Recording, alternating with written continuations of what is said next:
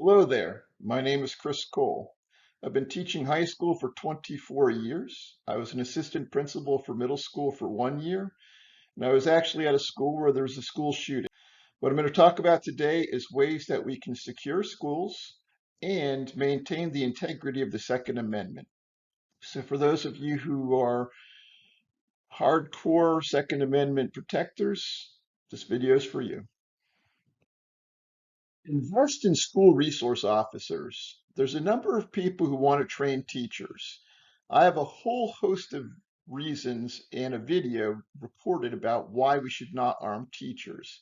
That's at the end of this video. And again, there's an entire video I put together as to all the issues that occur when you arm teachers.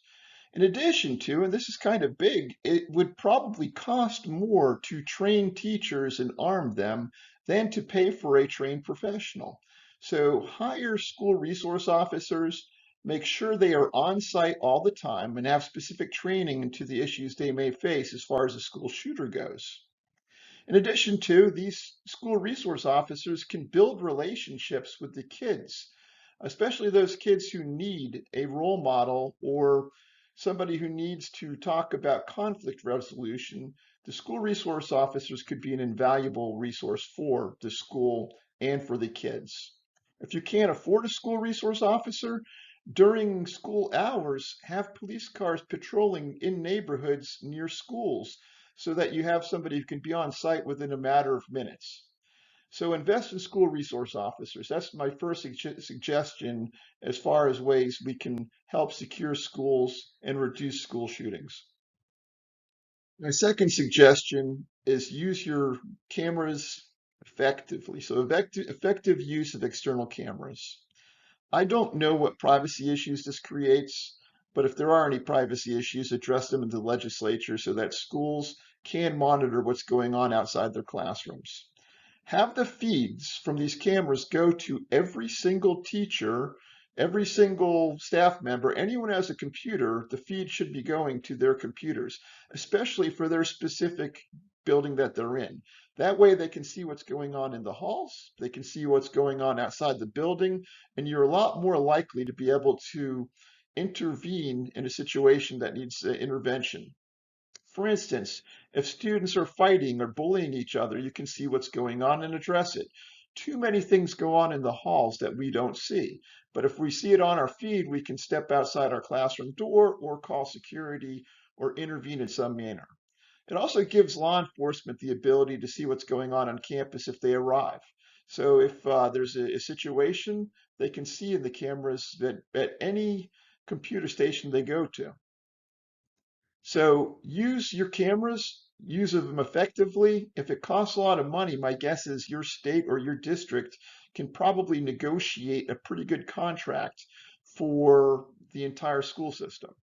So effective use of external cameras. I think it's a very valuable tool that we don't use enough. Right now, it's a select few people, if anyone, who can see the feed. I think every teacher should be able to see what's going on outside of their room, in their building, and in the halls. Third suggestion, enforce current protocols. Schools already have a lot of effective protocols in place. So one of the issues that occurs is when these protocols aren't followed, you end up with issues. So there need to be severe consequences for teachers, staff members, and students who break protocol. We already have a number of great protocols in place. Make sure they're being followed. Have risk assessment teams assess the protocols in the buildings. A statement that was made pre-pandemic, I don't know if this is still true, I think it probably is still true, is that no child has ever been killed in a locked classroom. Again, I don't know if that's still true, but it was true before the pandemic. It was information that was shared with us at a staff meeting. So schools already have a number of protocols in place that work. The issue is not everybody's following the protocols. And this goes back to my second suggestion. If you see students slipping out a back door, propping it open so they can skip, then you need to intervene, send security over there, and there need to be severe repercussions for anyone who does not follow the protocol. My fourth suggestion, in my opinion, is the most important. I didn't put it as one, two, or three because I know that people typically overlook this, but in my opinion, it's the great elixir. It's the one that could fix everything. Reduce class sizes. In our society, people who work in the private industry typically have anywhere from 7 to 9 direct reports, people that report directly to them that they supervise. In the military, kind of the same thing. I think the number is 6. Again, I'm not a military expert, but when I did my leadership and development class in college, I remember them talking about typically it's about 6 direct reports. High school is ridiculous. At a minimum, we have about 150 direct reports. That's 25 students at 6 classes. Some teachers have well over 200 direct reports. So it doesn't sound like a lot when you move a class size from 25 to 35, but I can tell you from experience that it's an exponential issue. When you have classes below 25 students, you really get to know those students. You know what's going on in their lives. They'll tell you. I've had students come up and talk to me about fights, about rape, about abuse, all sorts of different things because you're able to develop that kind of a relationship with small class sizes.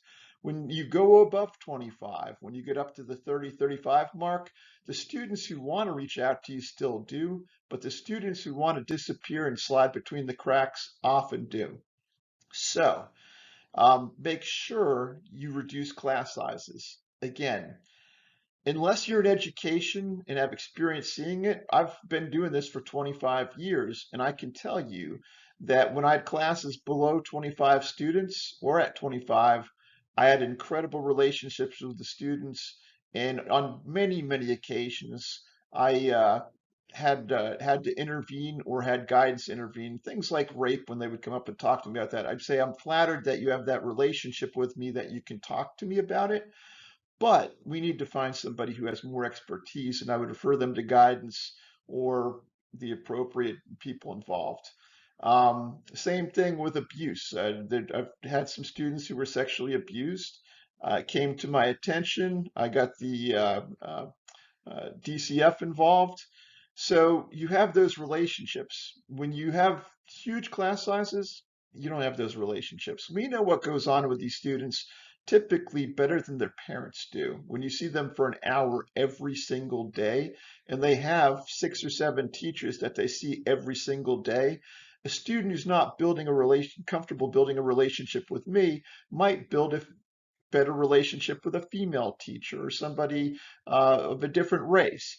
So have smaller class sizes, and I just cannot reiterate that enough. I know people don't think it's a big deal, but I'm telling you, as an expert in this, it's a huge deal. And I truly, truly believe that if we had class sizes that were much, much smaller, even at 25, that's not the typical 6 to 9 that most private organizations would want.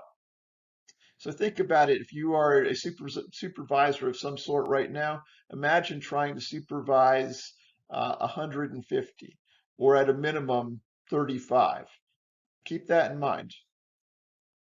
I truly believe that class sizes could address racism, conflict resolution, mental health, decision making, consequences, and so much more. These are all things that if you have that relationship with the kid, you can address all of these issues. Smaller class sizes is how you're going to identify which students need interventions, which students are a threat to themselves, which students are a threat to others, which students are bullying others, who needs mental help. This is where you're going to identify who needs interventions. It's so, so, so important that I really, really want to emphasize it, is that if you have small enough class sizes, you can identify individuals who are a threat to become a school shooter, um, and intervene so that it doesn't happen. This is so huge and so important. I just really want to emphasize this point. My fifth suggestion builds off of my fourth suggestion. Invest in school guidance counselors. Currently, a high school guidance counselor is responsible for several hundred kids. I said that right, several hundred kids They have to help them with schedules. They have to fill in holes with schedules. They've got to switch classes. And again, if you have several hundred kids and they're trying to switch classes, especially the first few weeks of school, that chews up all of their time. After that, they're responsible for making sure they're meeting all of the credits necessary to graduate. Again, that's a full-time job in itself. And throw on top of that the fact that the guidance counselor is there to help them figure out what they want to do after they graduate, as far as pursuing secondary education or a job. Um, we've not even touched on them having to intervening with mental health issues. So you need more school guidance counselors because they have so much on their plate already. Number six, improve conflict resolution training. And when I say this, don't create some little course or some requirement that students in high school and middle school have to take 3 hours of conflict resolution training that the teachers don't have buy-in and don't know what to do with. Hire a professional on staff for each of the high schools and possibly the middle schools who deal specifically in conflict resolution. That's their sole job, is to teach kids how to properly deal with conflict resolution. So many of these school shootings involved bullying or conflicts of some sort. And we need to intervene and teach these students how to deal with conflict with a professional, not just one time, but if they've been involved with a conflict, they need to meet several times until the expert is satisfied that this is truly resolved. So conflict resolution. And like I said, don't make this some pass another law, XYZ's law, that requires 3 hours of students watching a video that they don't take seriously or the teachers don't implement. You need a trained professional on staff who can walk these students through. Trust me, in high school and middle school, this is a full-time job for somebody who truly does it and meets with those same students several times to see how they progress. We really, really need this. This would help a lot. Seventh suggestion, and this is incredibly important, include teachers in the process. So many good ideas with great intentions fail because teachers are not included in the process. One, you have experts who can share with you issues you're going to run into. 25 years of classroom experience, I promise you, I can tell you what's going to work and what's not going to work. The second thing is you need to get buy-in. You need to get the teachers to buy in so that they can get the students to buy in. So include teachers in the process. I see so many well-intentioned ideas and laws pass, and the implementation is terrible. They don't work. It doesn't work because you don't have teachers involved in the process, and more importantly, you don't have buy-in. So include teachers in the process. And don't just hand select teachers that you agree with politically. You want different views so you can figure out what the problems are and get buy-in from all sides. Don't make this political. Number eight goes along with reduced class sizes, reduce school sizes. The larger the school, the more cracks in the process. There's a push to have single entry points by some people for schools. That's not feasible when you're talking about 2,000, 3,000, 4,000 students. Imagine trying to get 4,000 students through one entry point before 7:10 a.m. Think about TSA. They can't get 4,000 people in a matter of an hour. How are schools supposed to do this with the reduced staffs that we have? So you've got to reduce school sizes along with reducing class sizes. And again, the larger the school, the more cracks in the armor. So also, the larger the school, the more kids get lost in the process. Keep those things in mind, and let's get the school sizes smaller and class sizes smaller. It's incredibly important. Do not arm teachers. My ninth suggestion is don't arm teachers. I shot an entire video on it. If you have questions about it, go watch that video. It's literally a half an hour long, talking about all of the reasons arming teachers will make the problem worse and not better. The first one being that if I'm a teacher and I'm charged with protecting students. What happens when we go into a code red and there's an active shooter on campus? Do I leave them unattended? They'll be horrified, leaving the poor kids unattended. And the second thing is I'm breaching a secured locked door. We talked earlier that as of pre-pandemic, no one had ever been killed in a locked door. Why do I want to open my door now? Also, trained law enforcement struggles with hostage situations and people shooting at them. What do you think that a kindergarten teacher is going to do when somebody's shooting at them? If somebody gives you a pistol and they're armed with an AR-15 and body armor, how are you going to react to that? Next time you go play paintball, give somebody an automatic weapon or a semi-automatic weapon and take a pistol out on the range and see how well you do. So those are just a few things. Also, teachers lose things. But I shot an entire video about all the reasons we should not arm teachers. If you disagree with me, go watch that video and we can debate it after that. All right, finally, is this going to cost money? Of course it's going to cost money. Yes, but our children are the most valuable asset we have. Invest in the future. Th- Those who want to arm teachers, and I don't want to get too off point with this, but those who want to arm teachers, I would imagine for the same price, you could hire some school resource officers. But if you want to invest money in this, and I think we should invest money in this, reduce class sizes, hire people who do conflict resolution. There are so many things. The schools, the schools are the most underrated resource this nation has. And we learned that briefly in lockdown. When we went into lockdown and schools weren't operating, the economy almost collapsed. And opening up the schools basically saved the economy.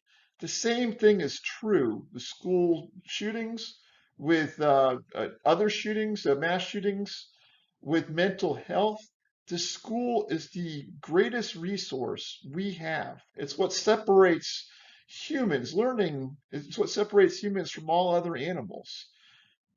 It's where we need to invest. It's the thing we need to do. It's the great elixir to fix all of these things, to get rid of racism, to intervene with mental health, to teach proper conflict resolution.